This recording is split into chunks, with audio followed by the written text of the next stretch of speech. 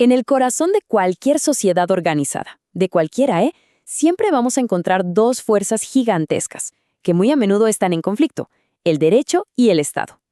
Son, por así decirlo, los pilares sobre los que construimos nuestra vida juntos, pero su relación es una de las tensiones más antiguas y fundamentales de toda la historia humana. Y hoy, precisamente, vamos a analizar esa danza tan compleja. Miren, al final, todo se puede reducir a dos conceptos que se oponen, pero que son inseparables. Por un lado, tenemos el poder, con mayúsculas. Es la fuerza bruta del Estado para imponer lo que quiere. Y por el otro están las reglas, que no son más que el intento de la sociedad de ponerle límites a esa voluntad. Es la lucha eterna entre la fuerza y la razón organizada. Bien, este será nuestro recorrido de hoy.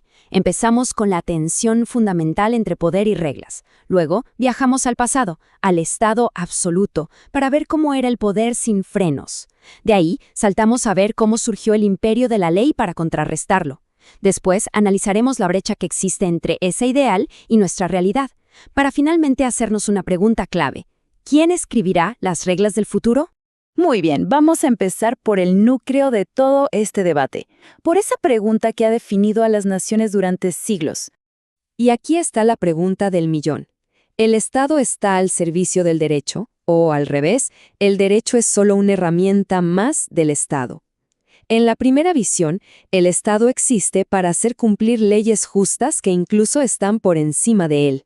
En la segunda, las leyes son lo que el poderoso de turno diga que son. La historia de la civilización, en esencia, es la lucha entre estas dos ideas.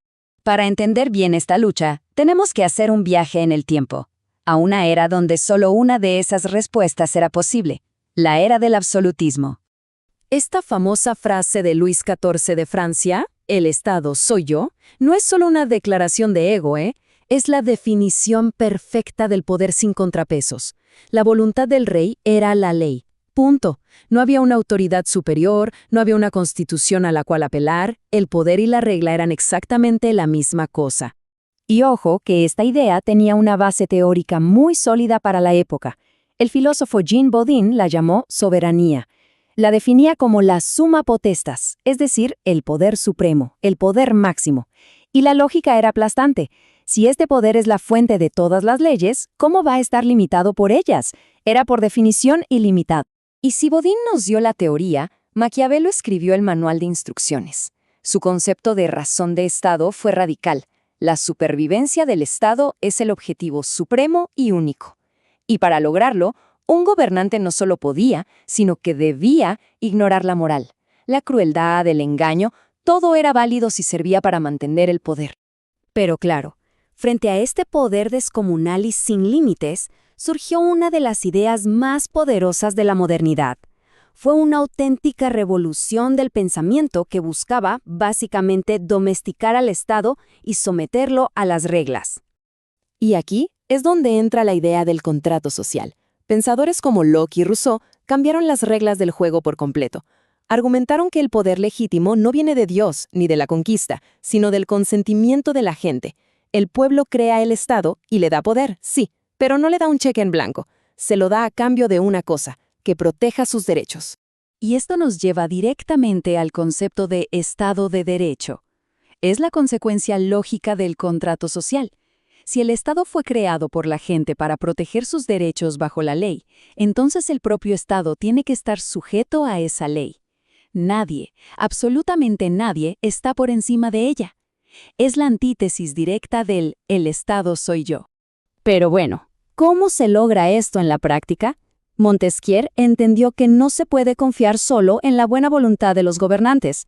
Propuso una idea genial: dividir el poder del Estado en tres ramas. La que crea las leyes, o sea, el legislativo; la que las aplica, el ejecutivo; y la que las interpreta, el judicial. La idea es que se vigilen y se equilibren entre sí, creando un sistema donde, como él mismo decía, el poder frene al poder. Ok, hasta aquí hemos visto el ideal, pero la realidad, como siempre, es mucho más compleja. ¿Cómo se ve esta tensión en el mundo moderno? Este es el gran objetivo: un Estado constitucional donde la ley no es una herramienta para oprimir, sino un escudo que protege la dignidad y la libertad de cada persona. un sistema donde el poder está, por fin, al servicio del derecho. La pregunta es simple, pero la respuesta es muy complicada, sobre todo si miramos la realidad en muchas partes del mundo. En muchos lugares, y especialmente en América Latina, la Constitución a menudo se trata como un fetiche, es decir, es un texto sagrado lleno de derechos y promesas, que se cita en discursos y se enseña en las escuelas, pero que en la práctica, en el día a día, no logra transformar las estructuras de poder injustas y las desigualdades que siguen ahí. Esta desconexión tan brutal entre el texto y la realidad lleva a lo que algunos teóricos llaman un estado anómico. Es un estado que tiene un montón de leyes, sí, pero donde el poder real no les hace caso.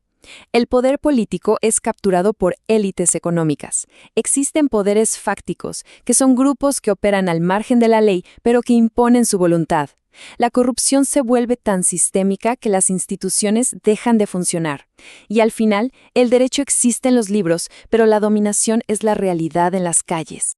Y la tensión no termina aquí, para nada. La dinámica entre el poder y las reglas está entrando en una fase completamente nueva, con desafíos que nuestros antepasados ni siquiera podían imaginar. Para entender el futuro, tenemos que darnos cuenta de que el actor principal de esta historia, el Estado-nación, está perdiendo poder. Su monopolio sobre las reglas del juego está siendo desafiado desde todos los frentes. Pensemos un momento. La globalización hace que las fronteras económicas casi no existan. Hay corporaciones multinacionales con una influencia que supera a la de muchos países. El ciberespacio es un nuevo territorio sin un soberano claro, y al mismo tiempo, la desconfianza en los políticos debilita al Estado desde adentro. El poder se está yendo a otros lugares. Y esto nos deja con la pregunta final, una que de verdad va a definir nuestro futuro colectivo. Durante siglos, la gran lucha fue para que el Estado, a través del derecho, fuera el que garantizara nuestros derechos. Pero, si el poder de ese Estado se está fragmentando y se está moviendo hacia actores globales, hacia el mundo digital, ¿quién va a asumir ese rol? ¿Quién escribirá y hará cumplir las reglas que protejan nuestra libertad en el siglo XXI?